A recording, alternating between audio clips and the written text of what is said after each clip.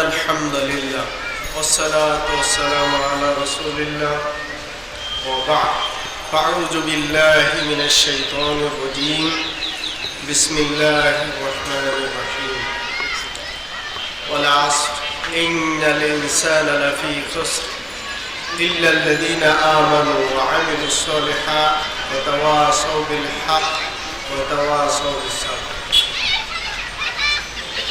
প্রশংসা আল্লাহ পাকের জন্য, যেই মনিব জগৎ স্বামী জাল্লা শানুহু আল্লাহ তাবারক ওয়া তাআলা আমাদেরকে বাংলাদেশ আহলাদি জামাত ও বাংলাদেশ আহলাদি ছাত্র সমাজ কর্তৃক আয়োজিত আজকের এই শেষের দিনে জাতীয় তাবলীগী ইজতেমায় মাগরিবের পূর্ব মুহূর্তে উপস্থিত করেছেন, রেখেছেন, হায়াতে তাইয়্যিবা দান করেছেন। সেই মনিবের জন্য প্রশংসা। আমরা সকলে বলি আলহামদুলিল্লাহ। দরুদ ও সালাম নবী মুহাম্মদ সাল্লাল্লাহু আলাইহি ওয়াসাল্লামের প্রতি। আল্লাহুম্মা সাল্লি আলাইহি আল্লাহুম্মা বারিক আলাইহি। মঞ্চে উপবিষ্ট আছেন বাংলাদেশ আহলাদি জামাতের কেন্দ্রীয় নেতৃবৃন্দ, আমন্ত্রিত ওলামায়ে কেরাম, মুরব্বিয়ান, সুধীজনেরা এবং সংগঠন প্রিয় ভাই বোনেরা, পর্দার আড়ালের মা বোনেরা, ইসলামের কচিকাঁচা, সকলকেই জানাই বাংলাদেশ আহলাদি জামাত ও বাংলাদেশ আহলাদি ছাত্র সমাজের আন্তরিক শুভেচ্ছা। আমার বক্তব্য দেওয়ার কথা ছিল ইসলামে নারীর অধিকার নিয়ে, মহিলাদের মেয়েদের অধিকার নিয়ে কথা বলার। সময় স্বল্পতার জন্য আমি সেই বিষয়ে কথা বলার ইচ্ছা পোষণ করছি না। সেই জন্য কোরআনুল কারীমের ছোট্ট একটি সূরা আপনাদের সাথে সামনে পেশ করেছি। এই সূরাটির কিছু কথা আপনাদের সামনে তুলে ধরার চেষ্টা করবো ইনশাআল্লাহ।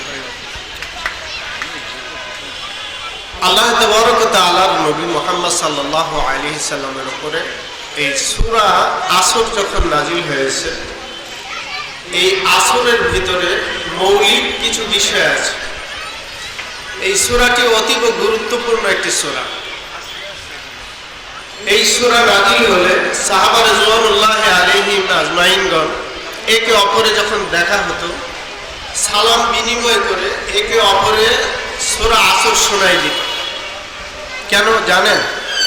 একটা মানুষের দুনিয়াও বা পরকাল জীবনের যত সফলতা আছে সব কিছু এই ছোট্ট সূরাতে আল্লাহ পাক ব্যক্ত করেছেন।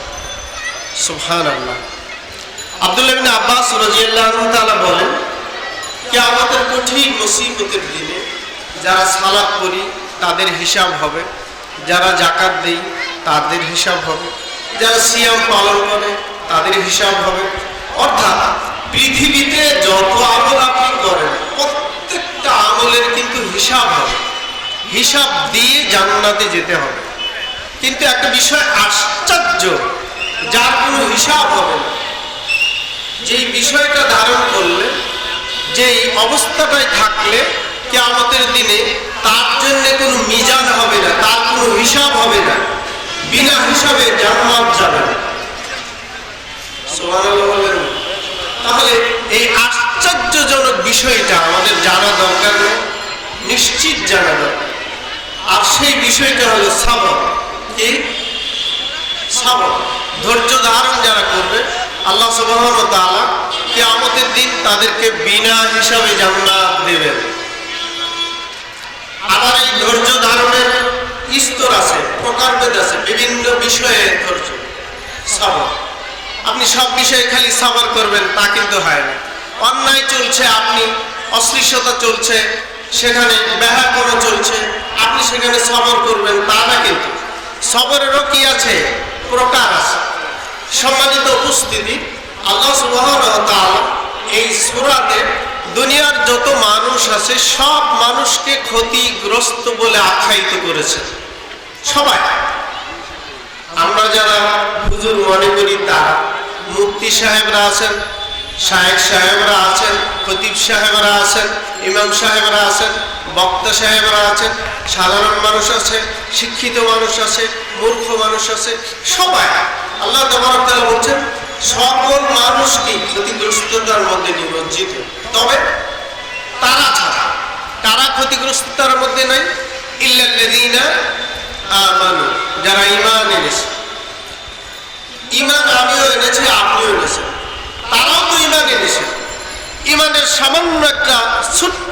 টপিক আপনাদেরকে শোনাই। এই পৃথিবীতে ঈমান আনার পরে সর্বপ্রথম যিনি জীবন দিয়েছেন আল্লাহ রাহে, আপনারা কি তার নাম জানেন? কে বলতে পারেন আপনাদের মধ্যে? ইসলামের সর্বপ্রথম, ইসলামের জন্য কে সর্বপ্রথম জীবন দিয়েছেন? কে? সুমাইয়া। জাযাকাল্লাহ খায়রান। যে উত্তর দিতে পেরেছেন ধন্যবাদ আপনাকে। সাইয়্যিদাতুশ শুহাদা হযরত সুমাইয়া রাদিয়াল্লাহু আনহা, তিনি শাহাদাত বরণ করেছেন, ইসলামের জন্য জীবন দিয়েছেন প্রথম। যার কবর পবিত্র মক্কা নগরীতে মাকবারাতুল মুআল্লাতে আছে। প্রথম স্টেজ পার হয়ে, সুরঙ্গ রাবার ব্রিজ পার হয়ে 99 নম্বর যে ব্লক আছে, এই ব্লকের যে ইয়াটা আছে, এটাই সুমাইয়া রাদিয়াল্লাহু আনহা তাআলার কবর। সুমাইয়া যখন ঈমান আনলেন, ঈমান আনার পরে পাষণ্ডরা তাকে অত্যাচার করল। তার সন্তানকে ফুটন্ত কড়াইতে তৈল দিয়ে গরম করে সেই ফুটন্ত তৈলের উপরে তার শিশু সন্তানগুলোকে ছেড়ে দিয়ে হত্যা করা হয়েছে। তাকে এই অবস্থায় প্রস্তাব দেওয়া হয়েছে, তুমি তোমার এই কথা থেকে ফেরত আসো। এসেছিল কি? তার স্বামীকে হত্যা করা হয়েছে, এরপরও ফেরত আসেনি। তাকে বিবস্ত্র করে, উলঙ্গ করে, তেজি ঘোড়া, দুই ঘোড়ার পায়ের সাথে দুই পা বেঁধে সুমাইয়া রাদিয়াল্লাহু আনহাকে হত্যা করেছে। এভাবে সূক্ষ্ম তীরন্দাজকে দুই ঘোড়ার উপরে সওয়ার করে দিয়ে তাকে প্রস্তাব দেওয়া হয়েছে, এখনো সময় আছে, তুমি ফিরে আসো, না হয় তোমাকে হত্যা করা হবে। জবাব আসছিল কি? সম্ভব? আমি যে আল্লাহর প্রতি, রসুলের প্রতি ঈমান আনছি, তার উপরে কি থাকবো? সুমাইয়া লজ্জাস্থানে তীর নিক্ষেপ করলো, তেজি ঘোড়া দুই দিকে ছোটানো হলো। সুমাইয়া রাদিয়াল্লাহু আনহা তাআলা ছিন্ন বিচ্ছিন্ন হয়ে গেল, দুই ভাগ হয়ে গেল। তার দেহ তেজি ঘোড়ার পায়ের সাথে দুই দিকে ছুটে রক্ত ফেঁকে দিয়ে বের হয়ে চলল। এরপরেও জীবন দিয়েছে, কিন্তু ঈমান নেয়নি। আল্লাহ তাবারক তাআলা তার কোরআনুল কারীমে বলছেন, পৃথিবীর যত মানুষ আছে সবাই ক্ষতিগ্রস্ত, তারা ছাড়া। তারা কারা? ইল্লাল্লাযীনা আমানু। সুমাইয়া ঈমান আনছে আর আমরাও ঈমান আনছি। বেশ করেছে না? আমাদের ঈমানের যে তাসির, একটা বিরিয়ানির প্যাকেট দিলে আমরা জান্নাত দিয়ে দিই, দেই কি দেই না? বিরিয়ানির প্যাকেট দিলে জান্নাতের একেবারে নিশ্চিত জান্নাতি। বাবা রে বাবা, মনে হয় জান্নাত ওর বাপের পৈতৃক সম্পত্তি বন্টন করছে। আল্লাহ তাবারক তাআলা বলছেন সবাই ক্ষতিগ্রস্ততার মধ্যে আছে, তারা নাই। তারা কারা? নাম্বার 1 ঈমান। যারা ঈমান এনেছে, সুমাইয়ার ঈমান আর আপনার ঈমান একটু যাচাই করেন তো। আসেন আরেকজনের ঈমানের একটু যাচাই করি। আপনার নাম শুনেছেন না? নবী মুহাম্মদ রাসূলুল্লাহ সাল্লাল্লাহু আলাইহি সাল্লামের বাড়ির চাকর ছিলেন, গোলাম ছিলেন বেলাল। বেলাল কালো মানুষ, আফসার মানুষ, রাসূল সাল্লাল্লাহু আলাইহি সাল্লামের চাকর ছিলেন বাড়ি। বেলাল যখন ইসলাম কবুল করেছে, কি অত্যাচার তাকে করা হয়েছে। বেলালের এত অত্যাচার, এমন অত্যাচার করেছে যাকে তার দুই হাত বেঁধে, পাথরের সাথে বেঁধে, হাতের তালুতে পেরাক লাগায়, দুই পা বেঁধে, দুই পায়ে পেরাক লাগায়, জিহ্বাটা টেনে বের করে মাথার ওপাশে নিয়ে পেরাক লাগায়, বুকের উপরে পাথর দিয়ে মরুভূমির বালিকার উপরে উত্তপ্ত গরম পানির উপরে রেখে দিয়ে প্রস্তাব দিয়েছে, বেলাল ফিরে আসো। কিন্তু ফিরে এসেছিল। হযরত আবু বকর রাদিয়াল্লাহু তাআলা রাস্তা দিয়ে যাচ্ছিলেন, দেখছেন এই অবস্থা। বলছে, ও মা, বেলালের কি অপরাধ? বলে, এই হাবশী গোলাম মুহাম্মদ সাল্লাল্লাহু আলাইহি সাল্লাম নাকি নবী, আল্লাহ নাকি একমাত্র তার প্রভু, আর কেউ বলে নাই। এই জন্য তাকে গোলামের এত বড় সাহস হয়েছে কেন? এই জন্য এই কাজ করছি। আবু বকর রাদিয়াল্লাহু তাআলা বেলালকে কিনে নিয়েছিলেন, ও ঘটনা আপনাকে আমি বলতে চাই না। কাঁধে নিয়ে নবী মুহাম্মদ সাল্লাল্লাহু আলাইহি সাল্লামের কাছে নিয়ে যখন উপস্থিত করেছিলেন, আল্লাহ রাসূল বেলালকে দেখে কেঁদে দিয়েছিলেন। তার নরম হাতটা ভুলিয়ে দিয়ে বলেছিল, বেলাল সবর করো, দুনিয়াতে আল্লাহ একদিন তোমাকে জান্নাতে তার বিনিময় দিয়ে দেবে। মক্কা বিজয় হয়ে গেলে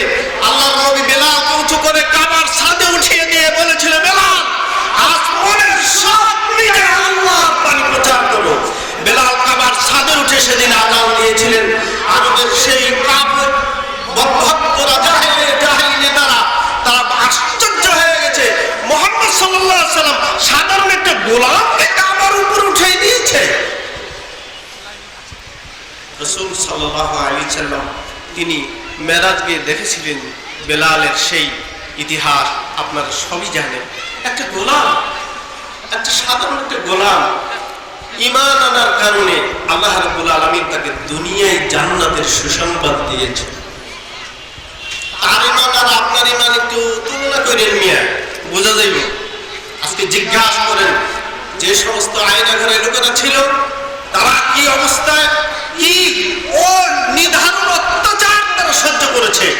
যাদেরকে অত্যাচার করেছে, আমিও কিন্তু অত্যাচারিত মানুষ, আমিও বন্দি জীবনের একজন মানুষ, আমিও বন্দি জীবনের কয়েকদিন কাটিয়েছি। কি আচরণ করতে পারে আর কি বলতে পারে, যাদের জীবনে ঘটনা না এসেছে তারা বুঝবেন না। ভাইরা আমার, আল্লাহ সুবহানাহু ওয়া তাআলা বলছেন দুনিয়ার সব ক্ষতিগ্রস্ত তারা ছাড়া। তারা কারা? নাম্বার 1 কি বলছিলেন না, ঈমান। সুমাইয়ার ঈমান আর বেলালের ঈমান, এইটুকু বললাম, সামনে আর গেলাম না। ঈমানের উপরে অটল থাকবেন। ঈমানের উপরে গ্রহণ করা যত না কঠিন, সহজ রক্ষা করা তার চাইতে অনেক কঠিন। কারণ ঈমান রক্ষা করাই হবে এই জামানার সবচেয়ে বড় জিহাদ। রাসূল সাল্লাল্লাহু আলাইহি সাল্লাম বলেছেন এক সময় এমন অবস্থা আসবে ঈমান রক্ষা করা বড় কঠিন হয়ে যাবে। হাতে আগুন রাখা কষ্ট হবে না, সহজ হবে, কিন্তু ঈমান রাখা কঠিন হয়ে যাবে। আমার তো মনে হয় আমরা সেই অবস্থায় উপনীত হয়ে গেছি। 2 নাম্বার, ঈমান আছে ঠিকই, কিন্তু কি নাই? ইল্লাল্লাযিনা আমানু, সাথে কি জানো?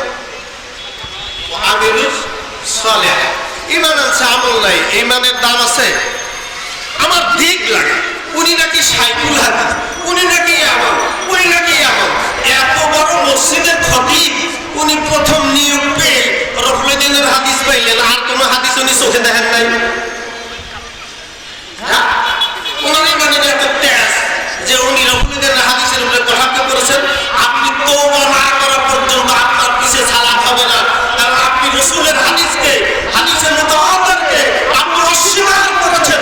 হাদিসের মুতাওয়াতির অস্বীকার করলে মুস্তাহলাতুল হাদিসের নুখবাতুল ফিকরের 53 নম্বর পৃষ্ঠায় আপনি খুলে দেখুন, হাদিস অস্বীকার করলে তাকে কি বলা যায়।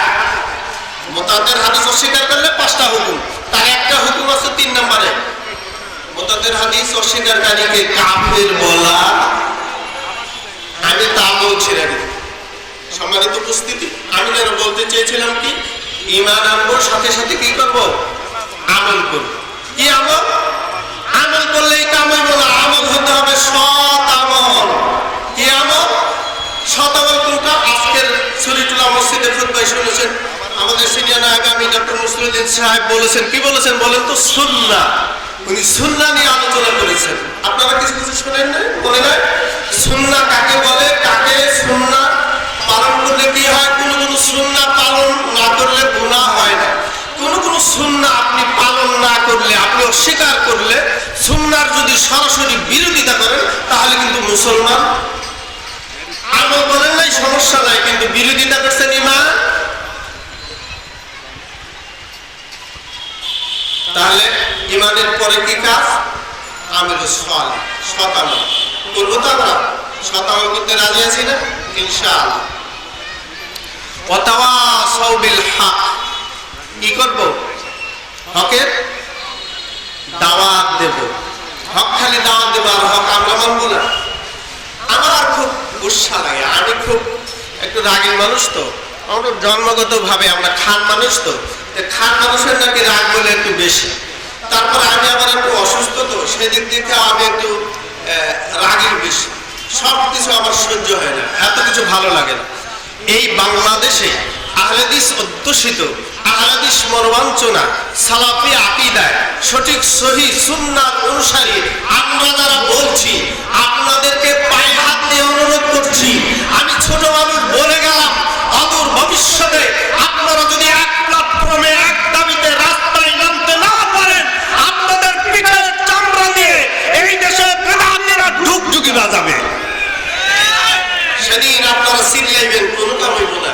এখন দেখেন না ইসলামী দলগুলোর অবস্থা দেখছেন এখন, কিন্তু যখন চিৎকার করছে তখন কেউ কারো শুনে নাই, কেউ কাউকে পাত্তা দেয় নাই। ভাইরা, অনুরোধ করলাম আসুন আমরা হকের পথে থাকবো। হকের দাওয়াত কয়টা গেল? 3টা, সব শেষ। সাবর, কি করব? ধৈর্য ধারণ করব, সাবর করব। সবর ধারণ যারা করবে, ধৈর্য ধারণ যারা করবে, কি আমাদের দিনে তাদের কি হবে না? এখন আমরা ধৈর্য ধরতে ধরতে ধরতে ধরতে এমন অবস্থা হয়ে গেছে যে সে আর সীমাই নেই। সবশেষ কথা বলে গেলাম, এই দেশে অধ্যুষিত মুসলিম দেশে নারীরা কোন নেতৃত্বের আসনে বসিতে পারিবে না। যদি বসে আপনি হলেন হিজড়া। সব হিজড়ারা বালা করে রুটি করে, যেমন দেখেননি উহুদের যুদ্ধে মুহাম্মদ সাল্লাল্লাহু আলাইহি ওয়াসাল্লাম মারা গিয়েছেন, এই কথা আল্লাহর রাসূলের বাড়ির চাকর ছিল উম্মে আইমন যখন শুনলেন আল্লাহর নবী মারা গিয়েছেন, আর এই কথা প্রচার করছে সাহাবীরা, বাড়িতে এসে গেছে। উম্মে আইমন হাতের চরকা, তিনি সুতার চরকা ঢেল দিয়ে বলছে, দুর্ভাগ্য তোমাদের, মুহাম্মদ সাল্লাল্লাহু আলাইহি ওয়াসাল্লাম উহুদে মারা গেছে আর জীবন নিয়ে ফেরত আসছো আর ঘোষণা করছো মারা গেছে। যাও ঘরে গিয়ে সুতা কাটো। এই কথা বলে সহিহ বুখারীতে আসছে, তিনি তার দুই দিকের কাপড় উঁচু করে পায়ের গোড়ালি বের হয়ে উহুদের মাঠে দৌড়াচ্ছেন আর বলছেন, আল্লাহে, আমি আল্লাহর কসম করে দৌড়াচ্ছি আর বললাম মুহাম্মদ সাল্লাল্লাহু আলাইহি ওয়াসাল্লামের হত্যার প্রতিশোধ না নিয়ে ঘরে ফিরবো না। এটা সহিহ বুখারীর হাদিস। তো এবার আমি কইলাম, আপনারা যদি মনে করেন ওরকম, তাহলে কাপুরুষের মতো ঘরে পায়জামা পাঞ্জাবি কইরা প্যাকেট হইয়া পলিথিনের ভিতরে মোড়াইয়া খুব লুকায় লুকায় থাকেন না, আর এই দেশে এমনি ইসলাম কায়েম হয়ে যাবো আর আপনারা খালি রসগোল্লা জমচমারা খাইবেন, কোনো অসুবিধা হবে না। আল্লাহ জাতিকে তুমি সঠিক বুঝদান করে দাও। কোরআন আর সুন্নাহ প্রতিষ্ঠা করতে গেলে রক্ত ঝরবে, জীবন যাবে, তারপরে এই দেশে কোরআন সুন্নাহ প্রতিষ্ঠা হবে। এর আগে চিন্তা করিয়েন না।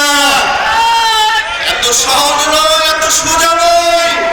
ইসলাম প্রতিষ্ঠা করতে গিয়ে স্বয়ং মুহাম্মদ সাল্লাল্লাহু আলাইহি সাল্লামেরও কি বিপদ এসেছে, আসেনি? উহুদে তিনি কি করলেন? আহত হলেন। কারণ কি? আল্লাহ রাসূলের নির্দেশ মানেননি বলে স্বয়ং আল্লাহর নবী সেনাপতি থাকা অবস্থায়ও তার উপরে বিপদ চলে আসে। আসুন আমরা সকলে মিলে কোরআন ও সুন্নাহ একত্র সেই জান্নাবাহী পতাকাকে আঁকড়ে ধরি। হয়তো মরলে শহীদ হব, না হয় বাঁচলে গাজী হিসাবে থাকবো। কিয়ামতের দিন আল্লাহর কাছে জবাব দিতে পারবো, হে আল্লাহ, তোমার এই ভূখণ্ডে, এই বিশ্বের দ্বিতীয় মুসলিম বৃহত্তর দেশে কোরআন ও সুন্নাহ, সঠিক সুন্নাহ প্রচার এবং প্রতিষ্ঠা করার জন্য আমরা চেষ্টা করেছি। আল্লাহ তুমি সেই চেষ্টায় বরকত দাও। আর না হয় আল্লাহ যতক্ষণ সময় পর্যন্ত আমাদের হায়াত দাও, আমরা ততক্ষণ চেষ্টা করে যাব। আল্লাহ তুমি আমাদের সেখানে বরকত দাও আর পরকালে আমাদের না যাও। আমি দোয়া চাই। আমি সত্যিকারের একজন অসুস্থ মানুষ। গত 21 তারিখে মক্কা থেকে ফিরেছি, বিমানে সিরিয়াস অসুস্থ ছিলাম। নামার পরে অসুস্থ, এখানে আসতে পারবো এটা আমি বুঝি নাই। কালকে রাত্রে থেকে একটু সুস্থতা বোধ করছি।